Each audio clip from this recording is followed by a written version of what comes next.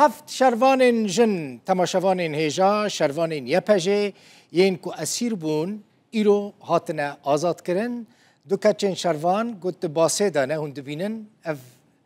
اشارتا سرکفتنه بلند کرنه او شروان یپجه نه ده انجام به هفگارتنا اسیران دا دنابره هزین سوریا دموکراتیک هسته و حکومت سوریه ده لحلب هاتنه آزاد کرن جاوین مالباتن وان رونی به هجمار دیلان به تواهی 469 کسم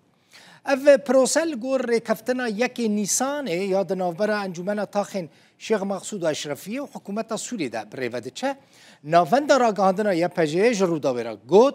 دناوا 176 دیلن حسده ده ین کوهاتنا آزاد کرن 7 شروانین یا پجه جنهنه برانبری وان هسده دست و نود و سه دیلین حکومت سوریه آزاد کردن دنوا دیلین حکومت سوریه داشتی چکدارن عمشات و حمزاتان چکدارن دنهانه سوی نیسان روزا سه ماه نیسان جی